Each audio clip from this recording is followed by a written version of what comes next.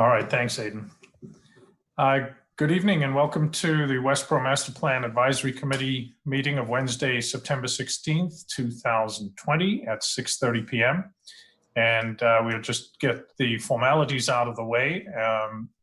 And pursuant to Governor Baker's March 12th, 2020 order suspending certain provisions of the Open Meeting Law, General Laws, Chapter 30A, Section 18, and the Governor's March 15th, 2020 order imposing strict limitation on the number of people that may gather in one place, this meeting of the Master Plan Advisory Committee will be conducted by remote participation to the greatest extent possible. Specific information and the general guidelines for remote participation by members of the public and/or parties with a right and/or requirement to attend this meeting may be found on the Town of Westborough's website at town.westborough.ma.us. For this meeting, members of the public who wish to watch the meeting may do so in the following manner. Members of the public wishing to participate from their remote location are encouraged to email their questions to planning@town.westborough.ma.us. Emails need to include your full name and address in the subject line in order to be read as part of the record.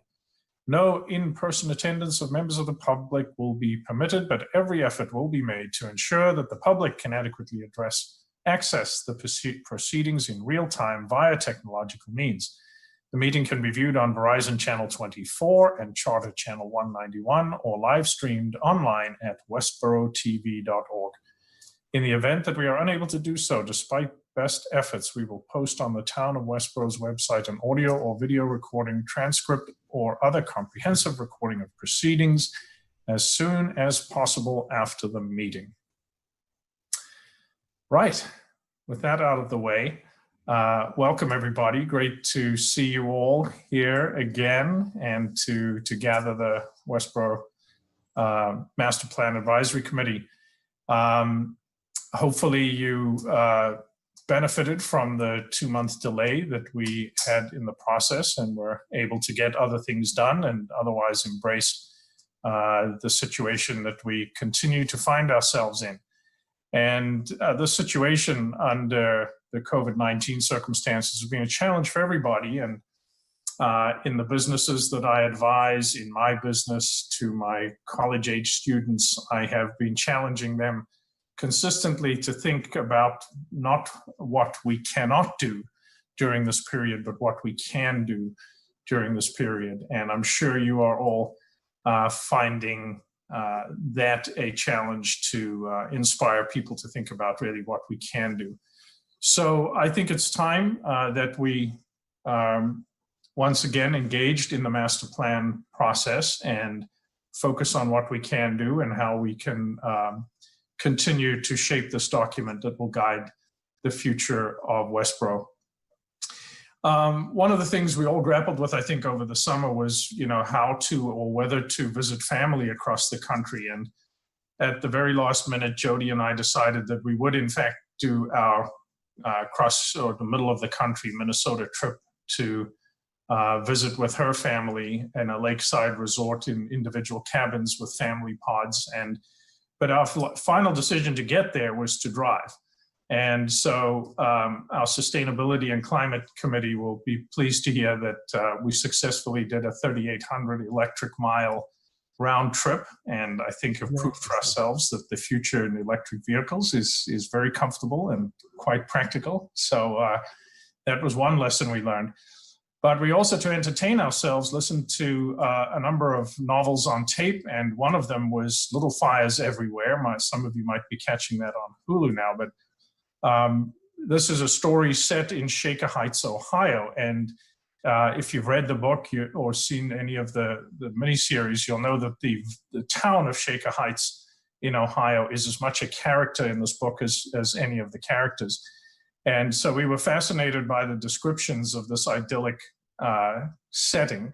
And so on our way back, as we came out of Cleveland, we took a detour up to Shaker Heights and drove through the streets. And sure enough, what we experienced was an embodiment of what it seems to me much of the feedback we're getting on the master plan website envisions for what is an idyllic community. all of these beautiful streets with tree strips down the middle, and then streets on either side, another tree strip, sidewalks, 50-foot setbacks to beautifully kept homes, walkable, drivable, light rail running through the middle of it, the ability for every neighborhood to walk to its schools. And so it was quite remarkable to see what the realization of a 100-year master plan can in fact provide for a community. So as the master planning and zoning geeks that we are, we got quite a kick out of this. And I think it really does inform the process we're about to re-engage in. We may be constrained by geography and by some of the infrastructure that's in place right now, but the vision of what Shaker Heights has become, I think, is a nice touchstone for us to think about what we can do over time with a good plan in place. We also, on the way out of Shaker Heights, stopped in Euclid, Ohio, and when I was on the planning board, Jim Robbins famously educated me about the origins of zoning, and a lot of it was set in Euclidean zoning, and it was extraordinary there to actually see how Euclid, which adopted zoning in reaction to the encroachment of development on residential communities, was a very different scene to Shaker Heights. So here was a community that waited too long to put a plan in place. They were successful in drawing a line in preventing industrial encroachment onto the residential communities, but they had far less options to create more of the idyllic situation that they have. So with that as backdrop and hopefully a little bit of inspiration, we kick off and get back into our planning process. And we're going to do so tonight. We're going to, having officially restarted the committee, revisit our duties as subcommittee members. We're going to review the issues and opportunities assignments that you've all been given, and we will have one of our subcommittees give an example of having completed the matrix they've been asked to complete.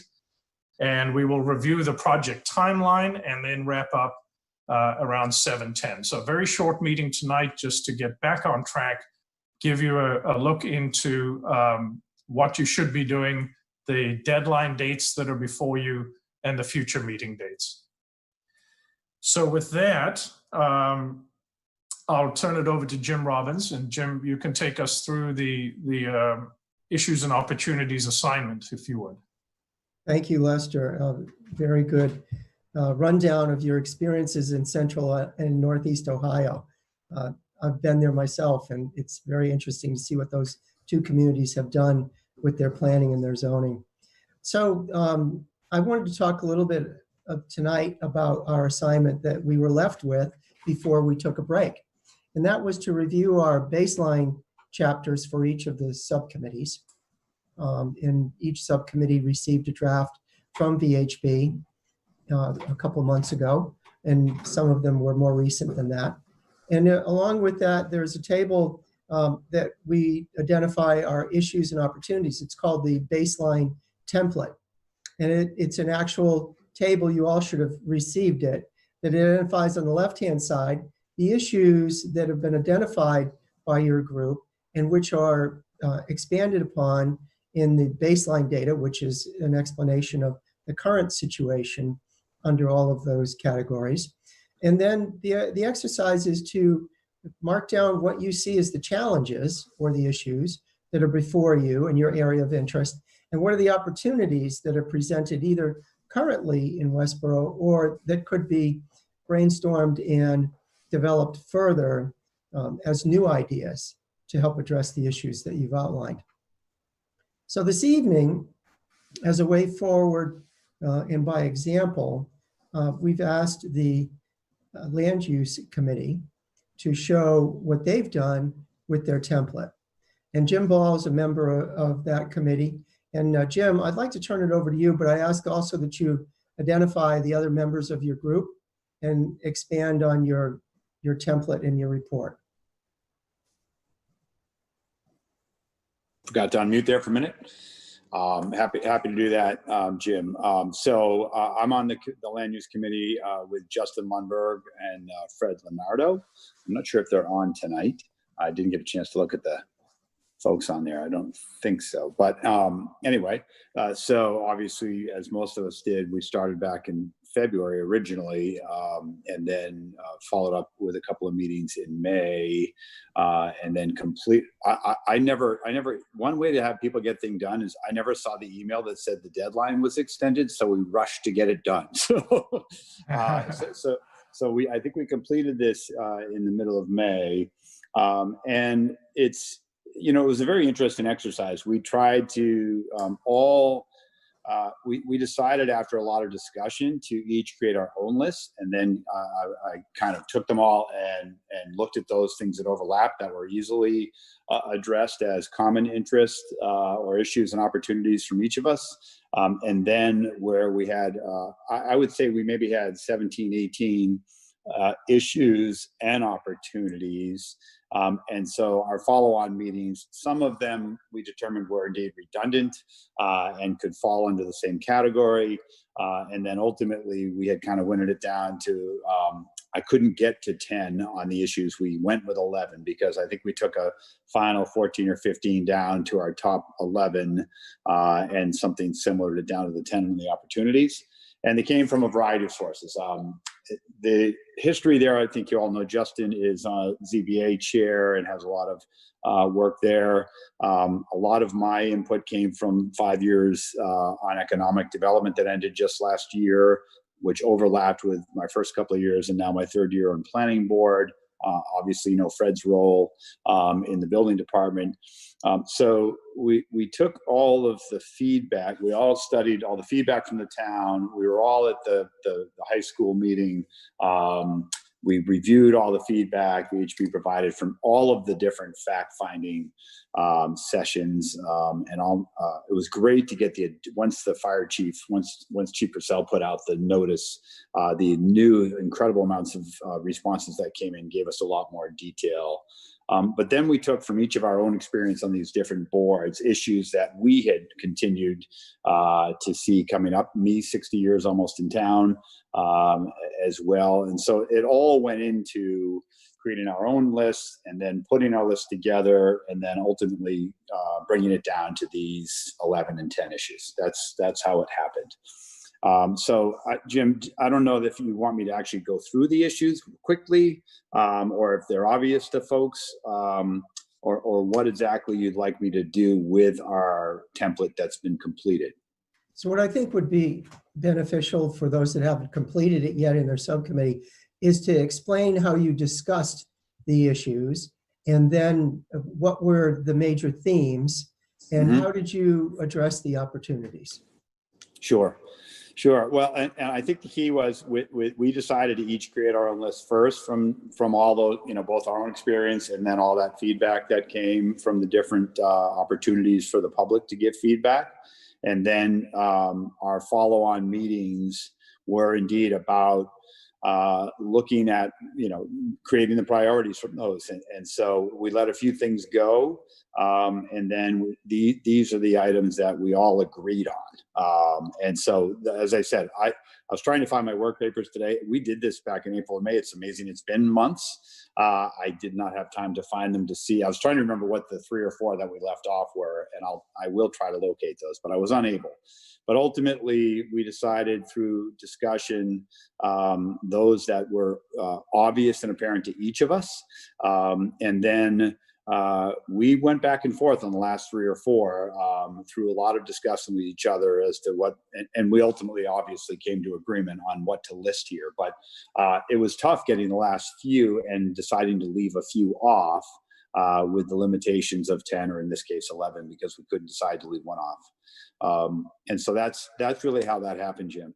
I will not say they're not in any particular order. We did not attempt to prioritize them. These were the 10 or 11 that were left out of the 18 or 20, maybe even, I think we even had like 22 or 24 issues combined from our initial list that we put together from the 3 of us that we then brought down to these 11.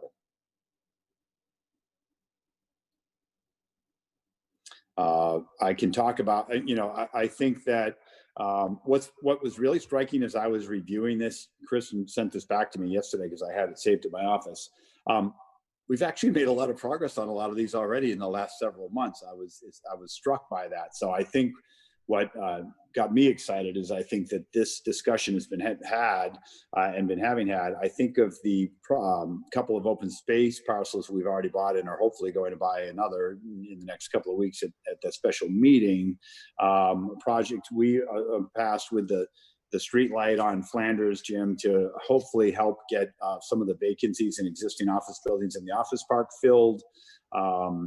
You know, I think the Alan's work on the Affordable Housing Trust, you know, we've had money discussions on sidewalks in front of my own property as one. So interestingly, there's actually a lot already happening. So I think this has been gelling in people's mind, which is exciting. So the issues, I think, speak for themselves. When we went to the opportunities, we were trying to see, you know, what are, to your point, I think Lester really struck me as you were saying. I said, you know, wouldn't it be great if we had a clean slate in town and we could widen the downtown streets and push the buildings out, and there was a bridge over the swamp and all sorts of things. But the reality is we're starting from where we are. We're not starting from scratch. When I had my first meeting on this, I was doing it in Bangkok. And if you want to see an area that started without a plan, I can tell you, we're much better than that. So the good news is where we're starting from, I think is pretty terrific. But there's certainly room for improvement. So I think the opportunities, again, speak for themselves. The state hospital property obviously has great potential in terms of all the excess land that the town kept. I think the area I was just driving by yesterday, Hakamaka Pond, and again, really appreciating how big an area that actually is and all the potential for that. I think the housing trust is hopefully going to create a lot of different affordable housing opportunities. One of the big challenges downtown, I mean, trying to keep young people, trying to keep it exciting for all of us. After this, I will be at the tent in the parking lot at Arturo's. I'm not sure that was the idea we had for creating a vibrant downtown, but it's working for now. I think it's a challenge because there's a lot of existing businesses. There's a lot of existing things happening there. So do you kick people out? Do you buy people out? How do you change the nature of that area when it's already so established? And you know, are you aggressive in that pursuit, or do you simply have a strong awareness as opportunities arise, as businesses leave?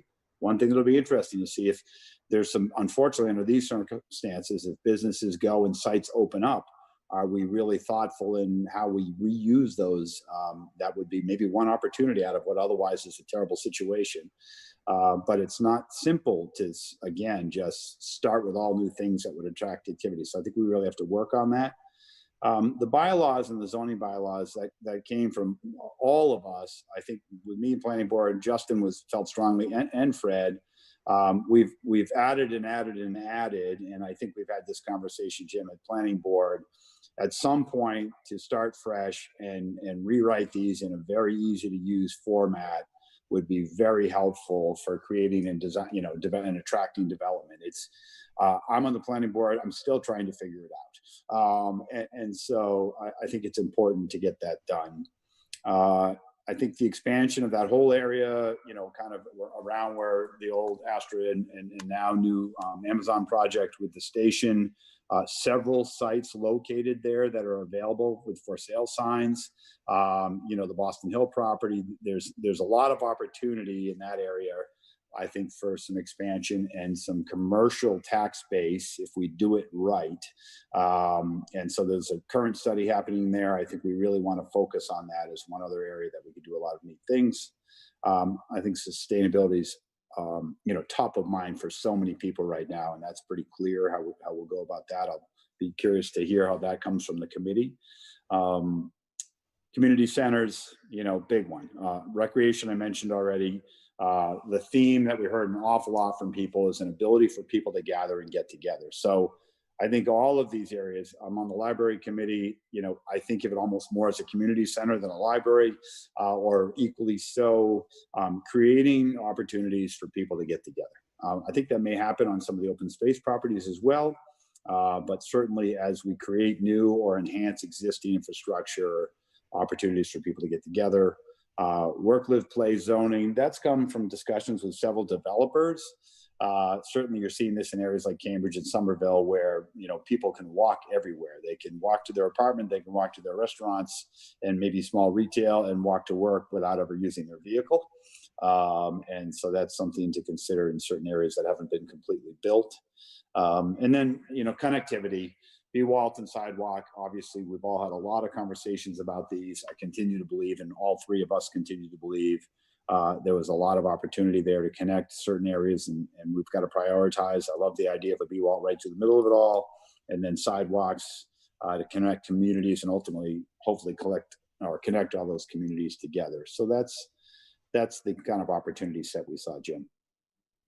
I'm impressed. I think that your subcommittee has done a great job at identifying issues. I'm also challenged to hear that you had 25 or 22 ideas, and you narrowed it down to 11. I think that's incredible but land use is a topic that is the basis for all planning and master planning. The uses that go on in our communities, favoring some uses over others, protecting some from encroachment by others, and incenting or trying to encourage the uses that we want. And then finally, how do we develop those on the ground? Right. So I think. Sounds easy. Yeah. And your comment about the zoning is obviously something that the planning board has wanted to do for a long time, rewrite our zoning bylaws. It takes a fresh eye from outside the community to see what it's like as an outsider coming in to take a look at our zoning bylaws. Are they intuitive? Can you understand them? Are they appropriate for what's going on in Westborough at the time? I think that's a vital suggestion that you made.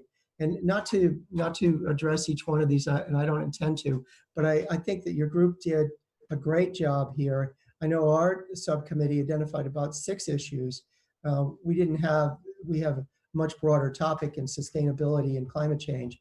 But I am impressed at the brainstorming and the ideas that you came up with. So was it for the rest of us, this was intended to be kind of a footprint of what you can look at when you start putting your own ideas in your own group to paper. And I'm not saying that you need to have 10 or 11 ideas, but certainly we see here that we can address quite a few topics. And everybody's topic has a certain latitude. Some have more bandwidth than others, but I would say that this is a great job. So thank you very much, Jim. And thanks, Jim. Happy to do it.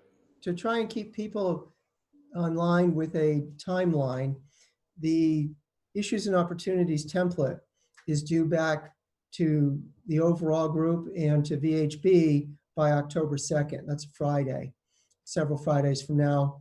So you should be trying to circle back with your group if you haven't already submitted the template to take a look at it. I know for myself, refreshing my mind with the baseline study for my topic really helps put ideas down. My group is a small group, much the same as land use. We have 3 or 4 members, and we've met several times and put our ideas down as well. So thank you very much, Jim. I really appreciate the work that you've done. And that being said, I would give it back to Lester. Oh, first, let me ask, is there any questions from any of the members here thinking about their own subcommittee and their template? Are there any questions? Mark Silverberg. Yeah, so I guess this is for Jim's group, but I'm curious. I know we all got that document from about the downtown village planning overlay district, and I'm not sure if that I'm pretty sure that came in after your group finished their issues and opportunities, and I'm just wondering if that's something that each subcommittee needs to incorporate or review as citizen input, how we want to address that. It seems it's a pretty lengthy document. I haven't gotten through all of it yet, but some ideas I agree with and some ideas I don't in there, but I think it's something that we might want to at least discuss in our subcommittees.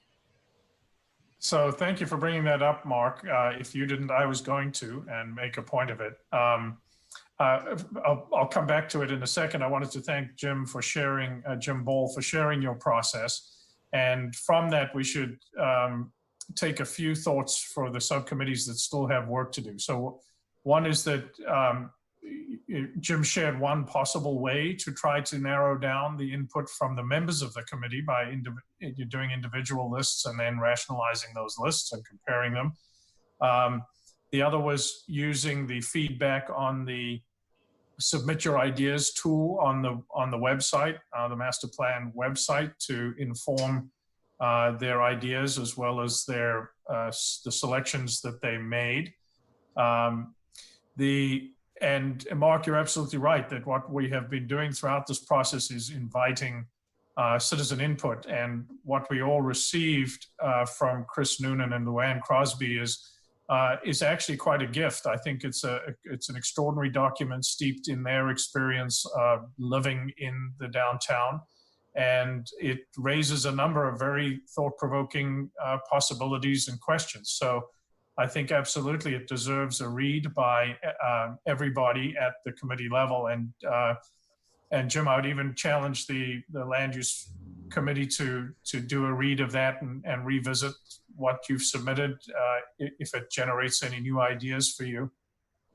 Lester, we didn't have the VHB baseline study when we completed ours either yet. So I'll be sure to, I read a bit of that document that Mark brought up. I have not finished it, but I'll do that. I have read VHB's piece, but I have not been able to then go back and take a serious look at whether we make any additions or changes. So we'll be sure to do both. And I haven't done a complete read of it. What I have read, I've been very impressed with, but I know that Jody has done a read through it. And Jody, I wonder if we could ask you just to give us your impression of it and what value you think it might have in this process. You'll need to unmute. Jody, you'll need to unmute. Let's see if I can do it for her. Donnie,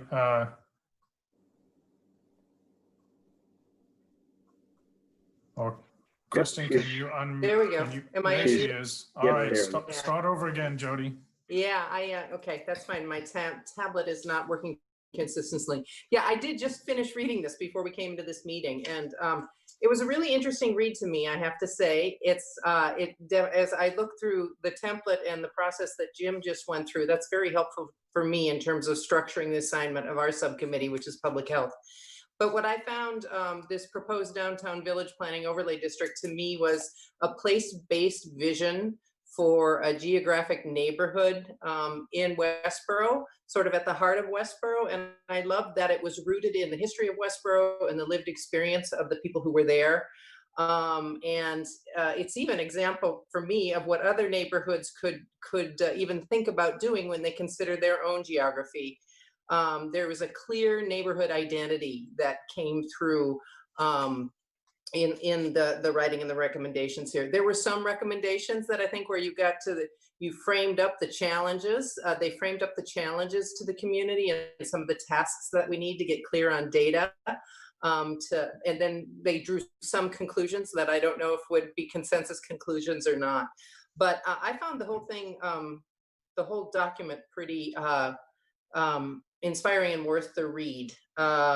It's personal. It's almost like a biography of the village within Westborough. And there were some good ideas in there and some out of the box thinking. It's worth a read. As I got to the end, I'm on the public health committee, and we got to the public health committee is just a page at the end.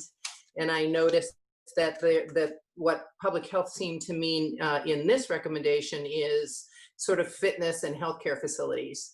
And we had some other kinds of ideas of what we were thinking about in the public health space as well. But that's something that I think would be useful for us to think about when we're doing our issues and opportunities. Anyway, it's worth a read. And I think some of the ideas, I found some of the ideas helpful, and I think other committees might too. And a ton of work, and I really appreciate it.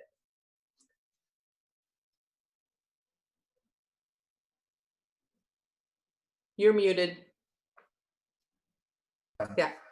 Okay. I'm muted this time. All right. I'm getting should have the hang of this by now. Yeah. But thank you very much for that reflection, Jody. Does anybody else have any comments on that, the Crosby-Noonan document? Mark, thanks for bringing that up. I think it's a very important reflection point for all of our subcommittees, and it should be considered. Yeah, Lester, I just wanted Mark? to make one more comment on that, though, because I think what we need to remember is the importance of public participation in this whole process, whether it be this document that we received or the public meeting that we already had or future public meetings that we had. That the importance of us to listen to everybody's input in coming up with these issues and opportunities, because it's not just our document, it's the entire town that is responsible. Yeah, absolutely, and a very good point. And I think it's also worth mentioning that we've added this additional storytelling tool to the website, and I'm not sure that anybody's looking for another assignment, but I wondered maybe Viggy and Amber whether there was an opportunity to tie that tool into the schools and maybe capture some of the stories of the teachers, the parents, the students, reflecting on this period and what it means to them and how it might inform the future. We haven't really leveraged that tool yet, but it's an opportunity beyond a soundbite to allow people to actually share deeper thinking about their lived experience in Westborough now and what lessons we might take from that to shape the community in the future. You're welcome to comment on that now. I'm throwing it out as just to think about it. No obligation to comment, but if you'd like to, please go ahead. I know when we looked at the tool and the delivery of it, that the idea of storytelling certainly resonates with us as a potential to use with students across a range of ages. So I think once we're a little more stable, hopefully, if that's able to happen for us, the opportunity to leverage that document could be something where we could see students, parents, and teachers contributing. So definitely open to looking towards doing that, and kind of need to back it into the right timeline here for this committee. So I guess that's what I would want to hope, is that we could reach kind of like a target for when you would hope to have those. Thank you, Amber. Viggy, any thoughts? Yeah, hi. I just wanted to give a little bit of an update. So currently, myself and a group of students are doing an outreach campaign in the kind of traffic and walkability sector, which I think will help that specific subcommittee. But I wonder if, like Ms. Buck was saying, once school stabilizes, we could have some type of movement by the high school administration or by the Gibbons administration to kind of just collect input from the students themselves. Maybe you can incorporate it as like a mini assignment or something, an extra credit assignment, just something to kind of motivate students to, participate in the town. And it's all about making them understand, it's an active process and they have the chance to kind of affect the future of the town they live in. And I think when people realize that, they'll kind of be a little more enthusiastic. Yeah, and I think we can collaborate on that, which will be fun. Like we could bring it together to leadership, and then we can do it together, which will be kind of fun. Thank you both. That's great feedback, and I also think certainly that tool is not limited to that demographic at all. I think that the senior center might do an exercise around it. That would be wonderful. People could actually write or record their thoughts, and we can find somebody to put them into the tool on the website. It would be great to see the story feature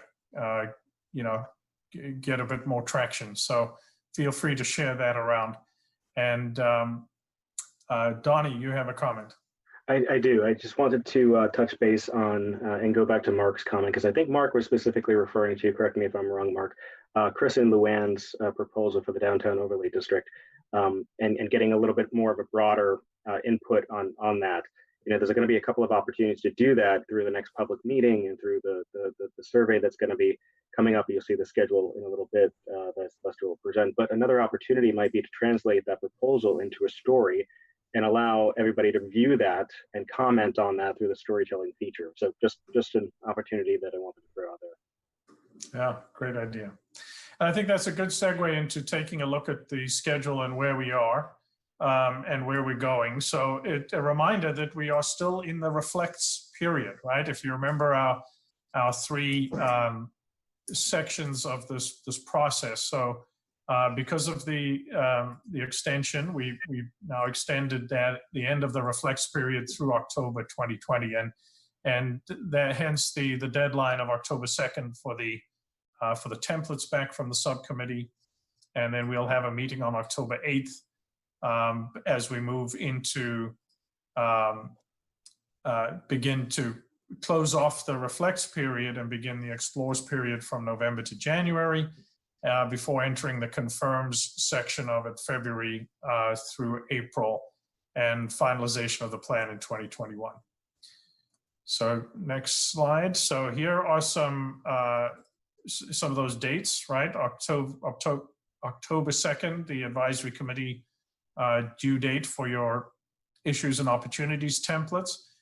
Please reach out too if you need help in facilitating those, getting them done. One of the other comments I wanted to make that re-echoes what Mark was saying, and is that try not to, if you can, limit this entirely to your subcommittees. If there are people in town that are opinion leaders on the matter, or just people that you think would have an interesting perspective, please reach out to them and involve them. We will consolidate all of the comments on the existing conditions from you through VHB and put out another draft of the baseline conditions. We will gather again as a committee on October 8th. The Economic Development Roundtable, which was delayed, we're going to revive in digital format. You do virtual gatherings for our retail and downtown business community, and another one for our large tenant community. As we know, there have been seismic shifts in both of those areas, and we've decided again that we can gather these communities together, and we can get a reflection on what this means and how we might shape the future in Westborough. So look for that. We will be coordinating that through VHB, and then later in October we'll finalize existing conditions. As we go into the explores stage, VHB will submit their draft vision of the goals that we've prepared. We will have an advisory committee meeting in mid-November, actually two meetings in November, in which we will review, revise, and confirm the draft vision and goals. In late November, we'll be looking to have public meeting number 2.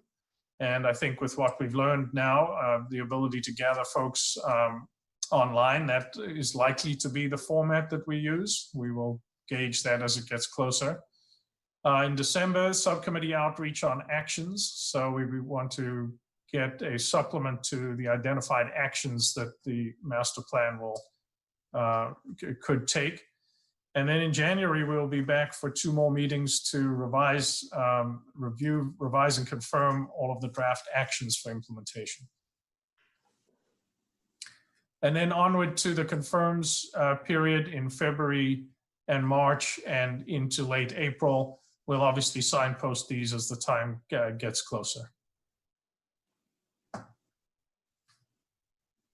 All right, and the finalization stage will be in May, and so by the end of May, we will be ready to present the final master plan to the community and the town. So we have a bit of a roadmap ahead of us. So at it being 7:10 p.m. on our agenda, that was the advertised end date here. So unless there are any other comments or questions from anybody as we go forth, we can wrap it up. Anybody have a closing comment or question? Seeing none, thank you all for joining us tonight. Mark, thanks for the thumbs up. And everybody continue to have a great week. We'll be in touch. Thank you. Thank you, Lester. And thank you for everybody that took this evening to attend. Thank you. Good night. Thanks. Thank you.